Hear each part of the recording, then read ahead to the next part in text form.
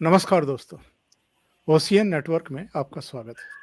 3 दिन बाद यानी 25 जनवरी को शाहरुख खान की पठान रिलीज़ हो रही है और जो एडवांस बुकिंग हो रही है, उसको लेकर के तरह-तरह के दावे किए जा रहे हैं।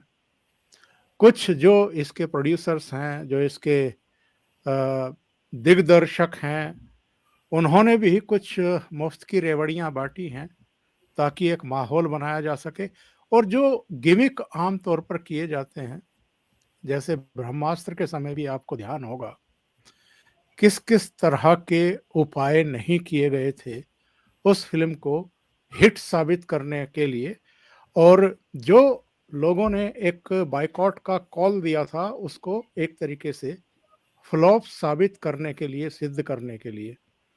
तो वो सारे हथकंडे इधर भी अपनाए जाते हुए देखे जा रहे हैं।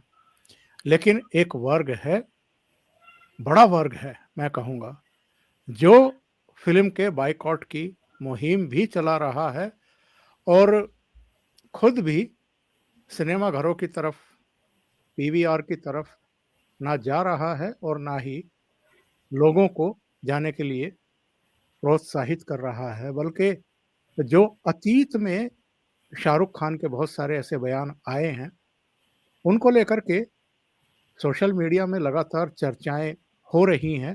हाँ, वैसा माहौल हमें नहीं देखने को मिल रहा है, जैसा लाल सिंह चड्ढा के समय देखने को मिला था या कुछ दूसरी फ़िल्मों के बायकॉट के समय जिस तरह की मुहिम चल रही थी सोशल मीडिया में। इसका रीज़न भी जानने की कोशिश करेंगे। लेकिन क्या लाल सिंह चड्ढा जैसा असर शाहरुख खान की फ़िल्म पर देखने को मिलेगा?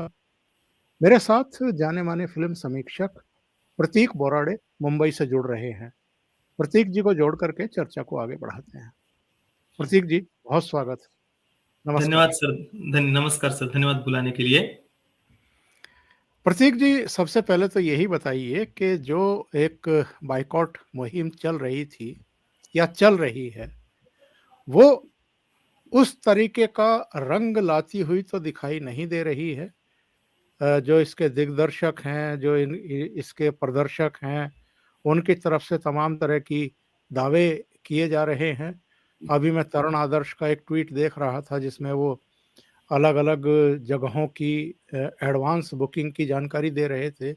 एक ये मैसेज देने की कोशिश की जा रही है कि जैसे पठान की सेहत पर, शाहरुख खान की सेहत पर कोई ज़्यादा असर पड़ नहीं रहा है।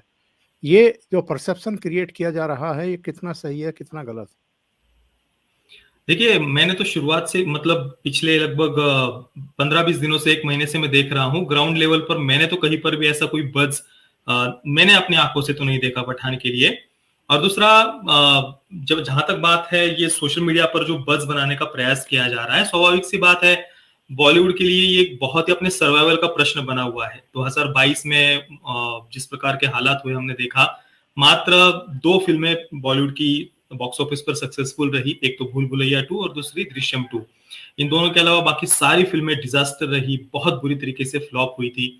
तो और दूसरी बात अभी 2023 की शुरुआत में पठान एक बहुत बड़ी फ़िल्म है बॉलीवुड के लिए, एक बहुत बड़े प्रोडक्शन हाउस की फ़िल्म है। तो एक अपने एक ब्रांड वैल्यू के लिए भी बॉलीवुड के लिए अपने आप के सर्वाइवल के लिए बहुत ज़्यादा आवश्यक और स्वाभाविक सी बात है, मार्केटिंग हो, पीआर टीम हो, ये बज़ बनाने का काफ़ी अच्छा वो प्रयास कर रहे हैं, ऐसा मेरा अनुमान है, जो मैं देख रहा हूँ। और पिछले कुछ समय में मतलब मैं तो फॉलो करता रहता हूँ सोशल मीडिया पर किस फ़िल्म के लिए कैसे सोशल मीडिया पर कैसे उसकी मार्केटिंग की जा रही है, कैसा एक बज़ है। तो पिछले कुछ समय में सबसे बढ़िया अ, जो मार्केटिंग किसी फ़िल्म की अगर हुई है, तो वो मेरे अनुसार पठान के लिए बहुत अच्छे खासा ज़ोर लगाया जा रहा है। और अभी तो मैंने 2 दिन पहले ही एक वीडियो भी बनाया था कि एक शाहरुख खान का कोई फैन क्लब है, वो फर्स्ट डे फर्स्ट शो के करीब 50,000 टिकट्स वो बांटने वाले हैं। 50,000 टिकट्स मेरे सामने आर्टिकल भी खुला हुआ है। मैं आपको आर्टिकल अगर आपको दिख रहा हो, ये पता नहीं यहाँ से दिखेगा या जी, नहीं। जी। जी, ये जी, जी। आर्टिकल है, इकोनॉमिक टाइम्स का है, मैं आपको पढ़कर बताता हूँ। This Shahrukh Khan fan club plans to treat 50,000 people to first day first show of Pathaan. तो 50,000 लोगों को ट्रीट करेंगे फर्स्ट डे फर्स्ट शो दिखाकर। और भी बहुत सारी बातें कही है, और केवल फर्स्ट डे फर्स्ट शो ही नहीं, तो आगे ये भी लिखा है कि उनकी पूरे जो रिपब्लिक डे का जो वीकेंड है वहां तक इसे कंटिन्यू करने की उनकी प्लानिंग है। मैं आपको पढ़कर बताता हूँ। The celebration will not just be limited to the first day but continue over the entire Republic Day weekend. और विशेषतः IMAX स्क्रीन वगैरह इन पर ज्यादा उनका फोकस है, ऐसा उनका कहना है। तो स्वाभाविक सी बात है, काफी अब इसके पीछे ये जो फैन क्लब है या वो जो टिकट्स बुक करने वाले हैं या जो भी है, ये कैसे होगा क्या होगा वो तो अभी वो अंदर की बात अंदर वो ही जाने है। पर इससे काफी सारी बातें हमें पता चलती है कि एक बहुत मार्केटिंग की दृष्टि से काफी ध्यान दिया जा रहा है फिल्म के ऊपर, क्योंकि जैसा कि मैंने कहा बॉलीवुड के लिए ये अपने सर्वाइवल का प्रश्न है। क्योंकि 2022 में उनको बहुत बहुत ज्यादा नुकसान हुआ है। पर मेरे अनुसार बॉलीवुड को ये सब मार्केटिंग हो, PR टीम हो या लोगों को थिएटर में लाने के लिए अलग अलग जो हथकंडे वगैरह अपनाते हुए हमें दिख रहे हैं, ये सब करने की अपेक्षा वो अगर अपने कंटेंट पर ध्यान दे, अपना एजेंडा अपना प्रोपेगेंडा साइड में रखकर लोग जो देखना चाहते हैं वो अगर वो दिखाए, या अपने रूट्स अपने कल्चर से जुड़ी हुई बातें अगर वो दिखाए, तो उससे लोगों को फिर उन्हें बुलाना नहीं पड़ेगा, लोग स्वयं थिएटर में आकर वो देखेंगे। लेकिन ऐसा कुछ तो उनकी विचारधारा में या वो जिस प्रकार की फिल्में बना रहे हैं उसमें कोई चेंज आ रहा हो, ये तो मुझे तो कम से कम नहीं दिखा। उल्टा पिछले 2-3 वर्षों में जो कुछ कथित राष्ट्रवादी फिल्में भी इन्होंने बनाई है, उनमें राष्ट्रवाद तो नहीं था पर राष्ट्रवाद का मजाक अवश्य दिख रहा था। वो भी बड़े बड़े प्रोडक्शन हाउस की फिल्में थी। और इवन त्योहारों पर इन्होंने इतनी भद्दी गंदी ऐसी वोक माइंडसेट वाली फिल्में रिलीज की है, सेक्सुअल लिबरेशन को प्रमोट करने वाली फिल्में रिलीज की है, वो भी त्योहारों पर। तो ये सब देखते हुए लगता तो नहीं कि भाई बॉलीवुड अपने आप में कोई बदलाव करना चाहता है या वो अपने कंटेंट में कोई बदलाव करना चाहता है। तो स्वाभाविक सी बात है, लोग तो ये नहीं देखना चाहते। लोग परेशान हो चुके हैं इस वोक कंटेंट से या एजेंडा ड्रिवन कंटेंट से या प्रोपेगेंडा से। तो अगर उन्हें अपना कंटेंट नहीं बदलना है तो दूसरा यही मार्ग है कि भाई एक परसेप्शन क्रिएट कर दो या एक हाइप बना दो, सोशल मीडिया पर बज़ क्रिएट कर दो। पर इससे लॉन्ग टर्म की दृष्टि में बॉलीवुड को मेरे अनुसार तो केवल नुकसान ही है। अगर उनको सच में अपने सर्वाइवल की चिंता है तो अपने कंटेंट पर उन्हें ध्यान देने की आवश्यकता है। लोग क्या कह रहे हैं वो सुनने की आवश्यकता है। अपने ही ग्राहकों का मजाक उड़ाकर अभी एक एन एक्शन हीरो नाम की फिल्म आई थी। लिटरली पूरी फिल्म में जो आज लोग बॉलीवुड की आलोचना कर रहे हैं उनका बहुत ही भद्दे तरीके से मजाक उड़ाया गया था। तो वो अपने कंटेंट में बदलाव करना छोड़िए, उल्टा जो लोग बॉलीवुड की आलोचना कर रहे हैं उनका मजाक उड़ाने वाली वो फिल्में और बना रहे हैं। तो चेंज तो कहीं पर दिख नहीं रहा, पर उल्टा और ज्यादा वो लोगों का, अपने ही ग्राहकों का, अपने ही कस्टमर्स का मजाक उड़ाते हुए हमें दिख रहे हैं। ये जो हम पिछले कुछ समय से बायकॉट मुहिम देख रहे हैं प्रतीक जी, ये खान्स के खिलाफ है, बॉलीवुड की जो मेंटेलिटी है उसके खिलाफ है, या जो हमारी गौरवशाली भारतीय संस्कृति रही है जिस तरीके से उसका उपहास उड़ाया जाता है, उससे अब लोग परेशान हो चुके हैं, इसलिए लोगों ने ये सब मुहिम शुरू की है। क्या मानते हैं आप, कौन से कारण हैं जिसकी वजह से ये बायकॉट की मुहिम इन दिनों सिर चढ़ करके बोल रही है?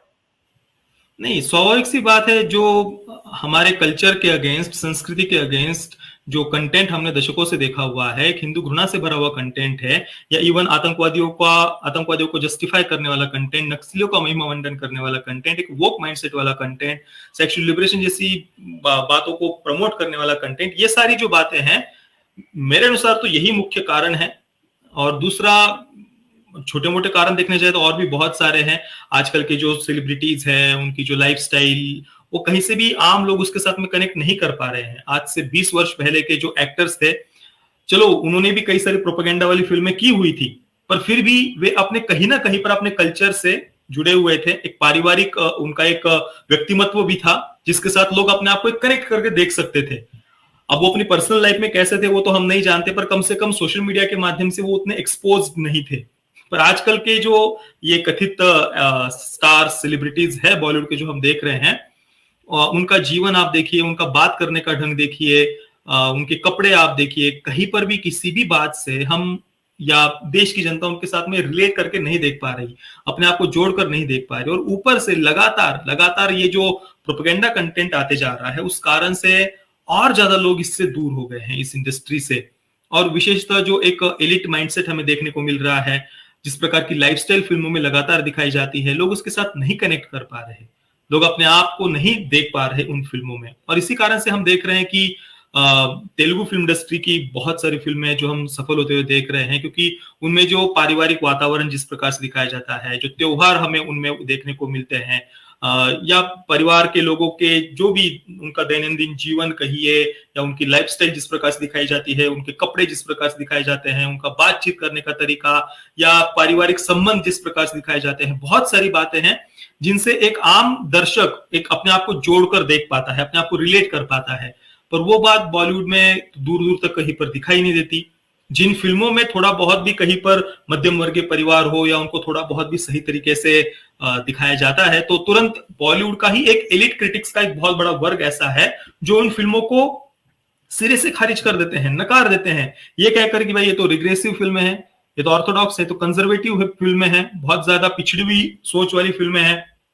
तो बॉलीवुड का सबसे ज्यादा नुकसान तो वो एलिट क्रिटिक्स कर रहे हैं जो खुद ना देश को समझते हैं, ना लोगों को समझते हैं, और ऊपर से जो थोड़ी बहुत गिनी चुनी 2-4 फिल्में वर्ष भर में बॉलीवुड से कुछ ठीक ठाक आती भी है, तो उनको भी ये लोग साइड कर देते हैं। उन फिल्म मेकर्स को भी कहीं पर भी इंडस्ट्री में जगह नहीं मिल पाती। बिल्कुल सही बात आप कह रहे हैं। मैं जानना चाहता हूँ, शुरू के 3 दिन तो किसी भी फिल्म के लिए ये लोग किसी तरीके से हथकंडे अपना करके पीआर वर्क और एक माहौल बना करके, और बड़ा बैनर है, यशराज का बैनर है या कुछ दूसरे बैनर हैं, तो उनके अपने एक तौर तरीके और हथकंडे होते हैं। और अधिकांश स्क्रीन आप हासिल कर लीजिए, वो कैसे कुछ कुछ हाउसेस को मिल जाती हैं, ये भी हम देख रहे हैं पिछले कुछ वर्षों से। तो शुरू के 3 दिन तो ये निकाल ले जाते हैं, लेकिन जब असली परीक्षा शुरू होती है तो सोमवार से शुरू होती है या फिर नेक्स्ट वीक से शुरू होती है। तो जानबूझ करके कुछ ऐसे डेज, ऐसी तारीखें, ऐसे ओकेशन ये लोग चुनने लगे हैं कि ज़्यादा दिन उनको ऐसे मिल जाएं कि दर्शक जो हैं वो पीवीआर तक या दूसरे जो थिएटर हैं वहाँ तक आ जाएं। जैसे रिपब्लिक डे को चुनना, उसके पहले दिन को चुनना, बुधवार ताकि को ही रिलीज कर रहे हैं। जी, जी, जी। तो इस तरह के हथकंडे अपना रहे हैं। इसका मतलब ये है कि इन्होंने मान लिया है कि कंटेंट वाइज़ तो हम बहुत ही पुअर हैं, तो ये तौर तरीके अपना करके किसी तरीके से फ़िल्म को हिट साबित कर दो। देखिए, जैसा कि मैंने अभी थोड़ी देर पहले जो आर्टिकल भी आपको बताया था, उसमें भी जो ये कथित फैन क्लब है, वो वीकेंड तक, रिपब्लिक डे वीकेंड तक हम इसे कंटिन्यू करने वाले हैं, ये मल्टीपल स्क्रीनिंग्स वगैरह, ये उसमें उस आर्टिकल में उनका कहना है। तो स्वाभाविक सी बात है, ये जो वीकेंड तक का जो समय होता है वो उनके लिए सबसे ज्यादा, बहुत ज्यादा महत्वपूर्ण है। वो इसलिए भी क्योंकि देखिए, वीकेंड के बाद भले ही फिल्म फ्लॉप हो जाए, दर्शक नहीं जाए, पर पिछली शुरुआत के 3-4 दिनों में एक हाइप बन जाती है, लोगों को ये दिखा दिया जाता है कि देखो देखो फिल्म हमारी सक्सेसफुल है।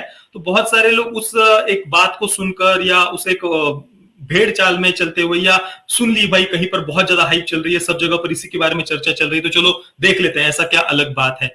ये भी एक बात है। और चलो नहीं भी गए लोग, सोमवार के बाद अगर लोग नहीं भी जाते हैं वीकेंड के बाद में, तो भी उनको तो एक बोलने का मौका मिल जाएगा ना कि भाई लोग तो थिएटर में आए थे, हमारी फिल्म खराब थी इसलिए नहीं चल पाई। आपकी बॉयकॉट वाली बातें, या फिर जो लोग फिल्म इंडस्ट्री का विरोध कर रहे हैं, बॉलीवुड की आलोचना कर रहे हैं, वो सब बातें फालतू है, लोग उन पर ध्यान नहीं दे रहे। फिल्म खराब थी इसलिए नहीं चली, आपके बॉयकॉट का उसमें कोई हाथ नहीं है। और इस कारण से भी उनके लिए वीकेंड तक का समय बहुत ज्यादा महत्वपूर्ण है। अगर शुरुआत से ही लोग नहीं जाते हैं, जैसे कि लाल सिंह चड्ढा के समय हमने देखा, लोगों ने पहले दिन से ही फिल्म को नकार दिया था, शुरुआत से ही फिल्म का कोई कोई उसके बारे में कोई बज़ हमने देखा ही नहीं।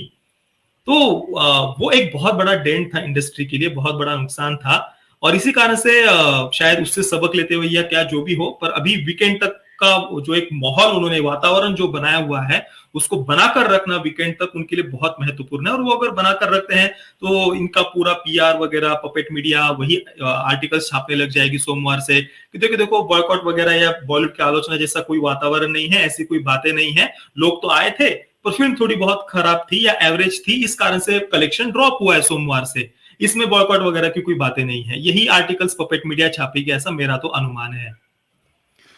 पर इंडस्ट्री में किस कदर हड़कंप है, किस कदर अनसिक्योरिटी है, किस तरह का भय है, ये तो देखने को मिला पिछले दिनों जब योगी आदित्यनाथ के सामने सुनील शेट्टी को ले जाया गया और उनसे रिक्वेस्ट कराई गई। मेरी तो समझ में आज तक यही नहीं आया कि योगी आदित्यनाथ से आप ये गुहार क्यों लगा रहे हैं घुटनों पर बैठ कर के कि प्लीज हमारी मदद करिए। क्या योगी आदित्यनाथ के इशारे पर ये बाइकआउट की मुहिम चल रही है? देखिए, ये तो मतलब अपने आप को विक्टिम, दुखी, पीड़ित दिखाने का एक तरीका था मेरे अनुसार कि देखो देखो हम तो भाई एक राष्ट्रवादी गवर्नमेंट के सामने तो गिड़गिड़ा रहे हैं, हमारे तो बहुत बुरे हालात है। तो एक विक्टिम कार्ड खेलने का मेरे अनुसार केवल तरीका था, बाकी ऐसा बिल्कुल भी नहीं है। ये इंडस्ट्री नहीं समझती कि भाई वो कहाँ चूक रहे हैं, कहाँ गलत हो रहे हैं, कहाँ कंटेंट में उनके प्रॉब्लम है, वो सब अच्छी तरीके से समझते हैं। जब उनको अपनी फिल्मों के माध्यम से कुछ एजेंडा अपना एक फैलाना होता है, कुछ ऐसी बातें जो टबू हो या फिर गलत हो या फिर कुछ सेक्सुअल लिबरेशन वाली बातें हो या फिर आतंकवादियों का जब इनको जस्टिफिकेशन देना होता है या नक्सलियों का महिमा मंडन करना होता है। अभी अर्जुन कपूर की कुत्ते फिल्म आई थी, पिछले हफ्ते की बात है। शुरुआत में ही हम देख रहे हैं कि भाई उसमें नक्सलियों का महिमा मंडन है, नक्सल प्रेम हमें स्पष्ट रूप से दिख रहा है। तो जब इनको एजेंडा फैलाना होता है तब तो पूरा इनका दिमाग चलता है कि भाई ये इस प्रकार से हम ये सीन डालेंगे, ऐसे ऐसे ये कैरेक्टर लिखेंगे, उसको ऐसे ऐसे हम जस्टिफाई करेंगे, ऐसे ऐसे ग्लोरीफाई करेंगे। यहां पर तो उनका दिमाग चलता है। तो क्या लोग सोशल मीडिया पर जो आलोचना कर रहे हैं वो उन्हें समझ में नहीं आ रही क्या? बिल्कुल समझ में आ रही है। सब वो अच्छी तरीके से जानते भी है, समझते भी है, वो कहां गलत है ये भी जानते हैं, उस गलती को कैसे सुधारना है ये भी जानते हैं, पर वो नहीं कर सकते क्योंकि एक तो उनकी दृष्टि में राष्ट्रवाद की बातें करना हो या पारिवारिक मूल्यों की बातें करना हो, नैतिक मूल्यों की बातें करना हो, बहुत सारे लोग ऐसे हैं जो इन बातों को रिग्रेसिव मानते हैं या वो यानी वो अंदर से रिग्रेसिव मानते हैं। ऐसा नहीं कि उनको कोई फंड कर रहा है, वो बचपन से एक माइंडसेट बन जाता है कि भाई हमें तो सो कॉल्ड पेट्रियार्की के अगेंस्ट लड़ना है, हमें तो ये जो कंजर्वेटिव लोग इनके अगेंस्ट लड़ना है, ये रिग्रेसिव माइंडसेट के विरुद्ध लड़ना है, हमें तो पारिवारिक मूल्य हो या जो भी जो बातें उनको पिछड़ी हुई लगती है कथित रूप से, तो उनके अगेंस्ट माइंडसेट वाली ही फिल्में वो ज्यादातर बनाते हैं। और एक बचपन से ही जब आपको एक सोशलिस्ट या कम्युनिस्ट माइंडसेट में जब आप बड़े होते हैं तो स्वाभाविक सी बात है आपके दिमाग में ये बातें भरी हुई होती है कि भाई जो मेजोरिटेरियन पॉलिटिक्स है या बहुसंख्यक जो लोग कहते हैं वो तो गलत ही होते हैं, वो तो फांसीवादी होते हैं, राष्ट्रवाद की बात करने वाले लोग तो फांसीवादी होते हैं। तो उनको ऐसा लगता है कि भाई बहुसंख्यक समाज को हम फिल्मों में निगेटिव, रिग्रेसिव, ऑर्थोडॉक्स, दकियानुसी सोच वाला, पेट्रियार्कल माइंडसेट वाला, दरिंदा वगैरह दिखा देंगे। और दूसरी तरफ कथित रूप से जो वो सोचते हैं कि भाई चलो हम अल्पसंख्यकों की आवाज कथित रूप से उठाते हैं, ऐसा उन्हें लगता है। हालांकि वो ना वो अल्पसंख्यकों को भला करने का उनका उद्देश्य होता है, ना ही उनका माइंडसेट जो इस प्रकार से एक ब्रेन वॉश जो हो गया है ना, उस कारण से वो लगातार ऐसी फिल्में बनाते जाते हैं। फिर वो चाहे आतंकवादियों का महिमा मंडन करना हो, बहुत सारी फिल्में हमने देखी हुई जिनमें पत्थरबाज हो, आतंकवादियों का जस्टिफिकेशन करना हो, या कश्मीर के इशू को लेकर इन्होंने कैसी कैसी फिल्में बनाई हुई है, नक्सलियों को लेकर कैसी कैसी फिल्में बनाई हुई है। तो ये सब जानते हैं कैसा कंटेंट वो बना रहे हैं, उसमें कहाँ प्रॉब्लम है, वो प्रॉब्लम को कैसे सुधारना है, पर मुझे नहीं लगता कि वो सुधारने की मानसिकता उनके अंदर है। प्रतीक जी, जो कहानी, जो कैरेक्टर शाहरुख खान का इस फिल्म में बताया जा रहा है मीडिया के द्वारा या अलग अलग स्रोतों के द्वारा, उसमें कुछ ऐसे संकेत और संदेश दिए गए हैं कि जैसे वो राष्ट्रवादी है, देश को बचाने के लिए या देश पर किसी तरह की, देश के खिलाफ होने वाली किसी मुहिम को खत्म करने के लिए, विफल करने के लिए उसको याद किया जाता है। तो ये भी एक तरीके का, एक तरीका, हथकंडा इन लोगों ने अपनाना शुरू किया है। बिल्कुल, हम देख रहे हैं पिछले 2-3 वर्षों में विशेषतः इनको बड़ी राष्ट्रवाद की याद आ रही है। पर आप याद करिए, मैं जितने भी दर्शक की वीडियो देख रहे हैं उनसे पूछना चाहूंगा, 2004 से लेकर के 14 के बीच में मुझे केवल एक फिल्म का नाम बता दीजिए जिसमें राष्ट्रवाद के ऊपर आधारित वो फिल्म हो, राष्ट्रवाद की जिसमें बात की हुई हो। आप सोच सोच कर थक जाएंगे, पर आपको एक बॉलीवुड की फिल्म का नाम याद नहीं आएगा 2004 से 14 के बीच में जो राष्ट्रवादी विचारधारा पर आधारित हो। नहीं मिलेगी आपको फिल्म। हाँ, आपको दूसरी तरफ की फिल्में बहुत मिलेंगी, विदेशी आक्रांताओं का महिमा मंडन करने वाली आपको जोधा अकबर मिल जाएगी, या पीके जैसी फिल्म हैदर, पीके और हैदर तो 2014 में ही अंत में ही आई थी, पर फिर भी है तो उसी पीरियड की, वो लगभग उसी समय बनी हुई फिल्में हैं। पीके हो, हैदर जैसी प्रोपेगेंडा फिल्में हो, जोधा अकबर जैसी फिल्में हो, या भारत को इस्लामोफोबिक होने का सर्टिफिकेट देने वाली भी बहुत सारी फिल्में 2004 से 14 के बीच में आई। तो राष्ट्रवाद तो इनको अभी हाल ही में कुछ पिछले 3-4 वर्षों में थोड़ा सा भी देश में वातावरण बदला है, एक राष्ट्रवादी विचारधारा की सरकार है, इस कारण से इनको याद आया है। बाकी इनका पिछला ट्रैक रिकॉर्ड उठाकर देख लीजिए, 2004 से 14 के बीच में जब कांग्रेस की सरकार थी, एक राष्ट्रवादी विचारधारा पर आधारित फिल्म नहीं मिलेगी, उल्टा प्रोपेगेंडा वाली फिल्में भर भर कर मिलेंगी। और अभी भी ये जो बस राष्ट्रवाद दिखा रहे हैं वो बस दिखावे का है, और इसी कारण से पिछली कुछ जो इन्होंने प्रयास भी किया ना, सम्राट पृथ्वीराज जैसी फिल्म इन्होंने बनाकर दिखाई, क्या था वो, मजाक से ज्यादा कुछ नहीं थी वो फिल्म, उल्टा अपमान किया गया था सम्राट पृथ्वीराज जी का, मैं तो उस फिल्म में कहूंगा। तो इन्होंने कुछ प्रयास भी किए, पर वो बस दिखावे से ज्यादा और कुछ भी नहीं था, और बिल्कुल हास्यास्पद थी वो फिल्में।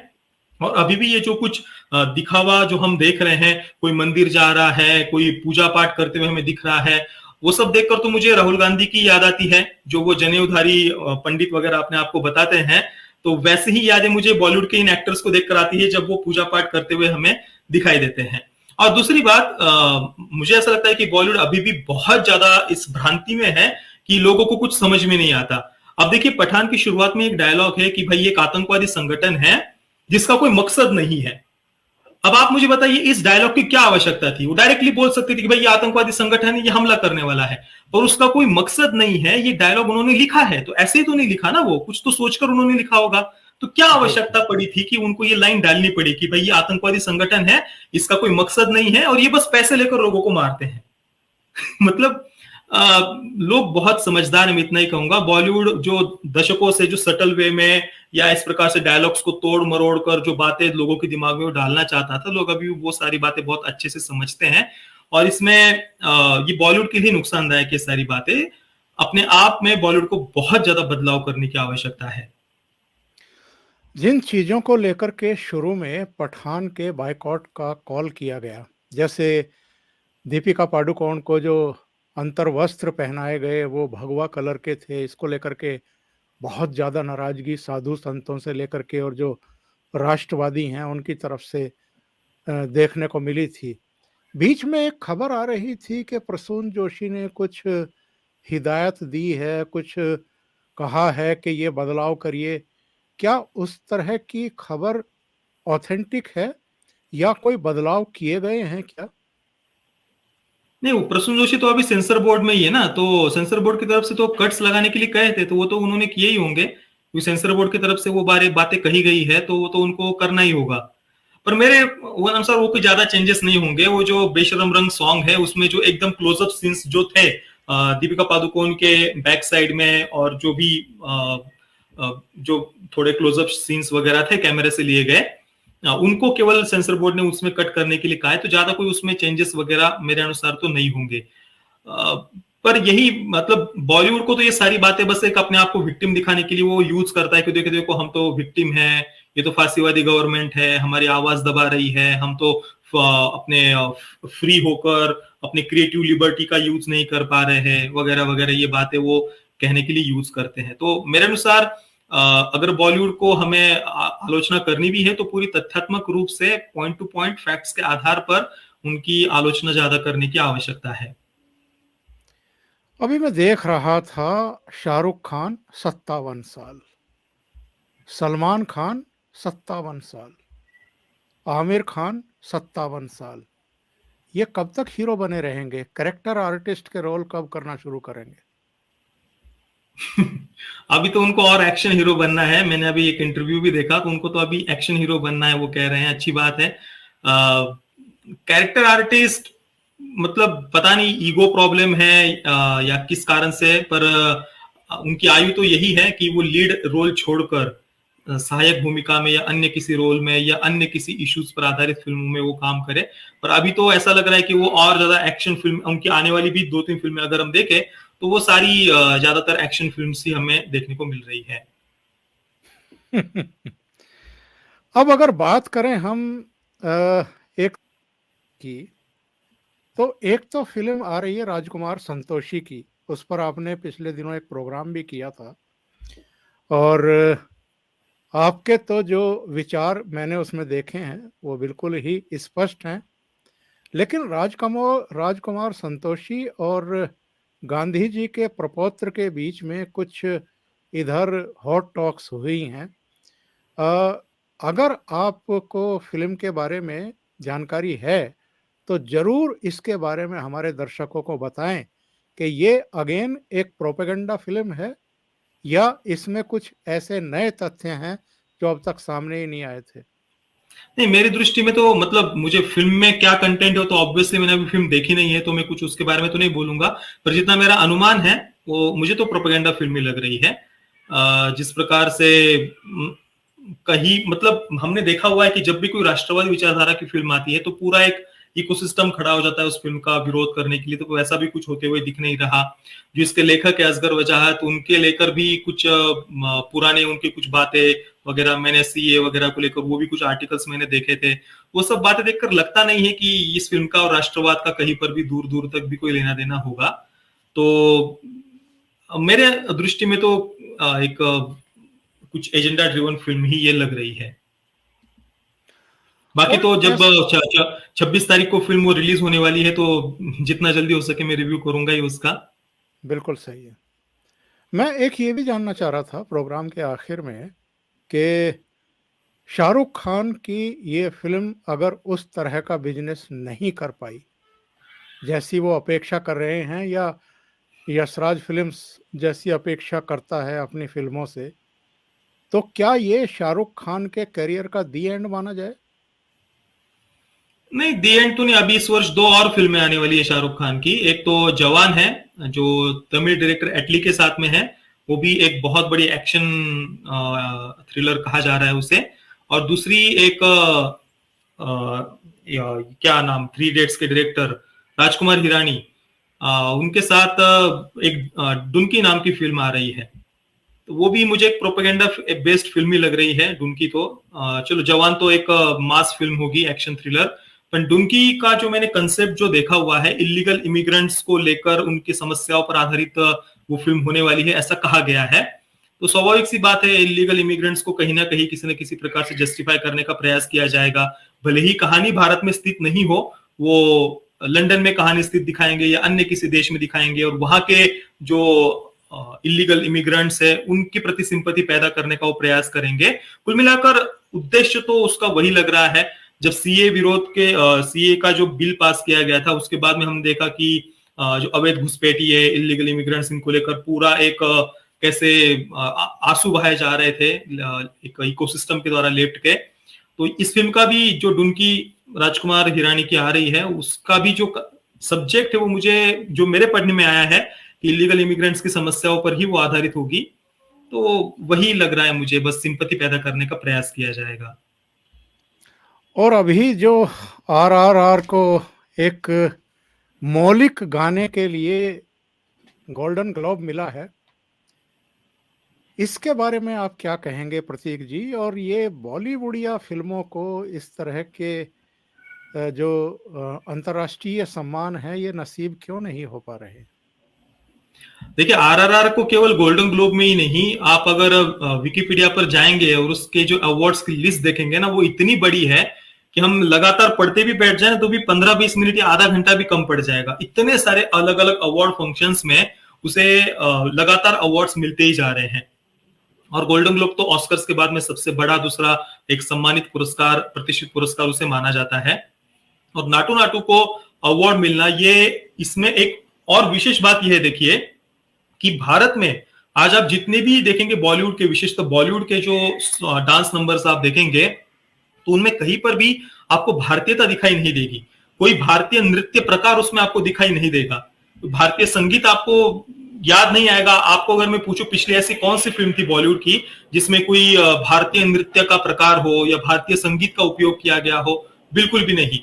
ज्यादा से ज्यादा आपको कुछ संजय लीला भंसाली की कुछ फिल्में याद आ जाएंगी, या ताल जैसी कोई एक अनिल कपूर और ऐश्वर्या राय की फिल्म आई थी, ऐसी कुछ इक्का दुक्का नाम आपको हो सकता है कि याद आ जाए। पर बाकी तो बॉलीवुड से भारतीय नृत्य प्रकार वो तो पूर्ण रूप से दूर हो गए हैं या गायब ही हो गए हैं। पर आप नाटू नाटू को अगर देखेंगे तो इसमें देखिए वेस्टर्न जो पश्चिमी लोग हैं उन्हें भारत के दो लोग वो देसी नाच सिखा रहे हैं, भारतीय नृत्य वो सिखा रहे हैं। तो एग्जैक्टली कंसेप्ट उसके बिल्कुल उल्टा है। आप देखिए जो बॉलीवुड जबरदस्ती एक वेस्टर्न डांस के फॉर्म्स को, डांस के प्रकारों को जो थोपने का प्रयास कर रहा है, उससे एग्जैक्टली अपोजिट इसका उसका मूल भाव ही उससे एग्जैक्टली अपोजिट है कि एक वेस्टर्न, एक ब्रिटिश कैरेक्टर जो भाई तुम्हें फ्लेमिंगो, सालसा, ये फलाना ढिमका तुम्हें पता है क्या, तो जो दो भारतीय है जो क्रांतिकारी है वो कह रहे कि भाई तुम्हें देसी नाच पता है क्या, और वो उन्हें देसी नाच सिखा रहे हैं। तो ये बात भी, एक मूल भावना भी उस गाने की बहुत अच्छी है। बाकी वो दिखने में जो पिक्चराइजेशन जिस प्रकार का है, आप कॉस्ट्यूम्स देखिए, मेकअप देखिए, सब हर प्रकार से वो सॉन्ग बहुत बहुत ज्यादा बढ़िया है, उसकी मूल भावना भी बहुत अच्छी है। तो ये भी एक सबसे बड़ा एक अच्छी बात है। नाटू नाटू को ये पुरस्कार मिला, इससे बॉलीवुड को भी सीखने की आवश्यकता है कि वो जो एक वेस्टर्न माइंडसेट में, जितना हॉलीवुड में जितना वेस्टर्न माइंडसेट हमें देखने को नहीं मिल रहा, उससे ज्यादा वेस्टर्न बॉलीवुड के लोग होते जा रहे हैं, फिर भी उनको कहीं पर रिकग्निशन नहीं मिल रहा। ये लोग आप देखिए सेक्सुअल लिबरेशन को प्रमोट करेंगे, हर दूसरी तीसरी फिल्म में इनका कुछ एलजीबीटीक्यू एजेंडा हो, सेक्सुअल लिबरेशन हो, या जो भी पारिवारिक मूल्य, नैतिक मूल्य से तो पूरी तरीके से टूट ही गए हैं, अपने आप को हो सके उतना वेस्टर्न दिखाने का प्रयास करते हैं। पर ये सब करने के बाद भी उनको कहीं पर भी वेस्ट में वो रिकग्निशन नहीं मिला जो आरआरआर को मिला, जो कहीं से भी किसी भी प्रकार से वेस्टर्न माइंडसेट तो उसमें था ही नहीं। तो ये बहुत बहुत ज्यादा प्रसन्नता की बात है। तेलुगु के राजमौली जैसे डायरेक्टर और उनके पिता दोनों ही बॉलीवुड को बिना कुछ कहे बहुत बड़ी बड़ी नसीहतें दे रहे हैं पिछले कुछ समय से। ये हम, आप और पूरा भारतीय जो दर्शक समाज है वो देख रहा है, महसूस कर रहा है। पता नहीं बॉलीवुड कब ये महसूस करेगा कि राजमौली जैसे डायरेक्टर यहाँ भी पैदा हों, या अगर हैं तो उनको मौके दिए जाएं, तलाश की जाए उनकी।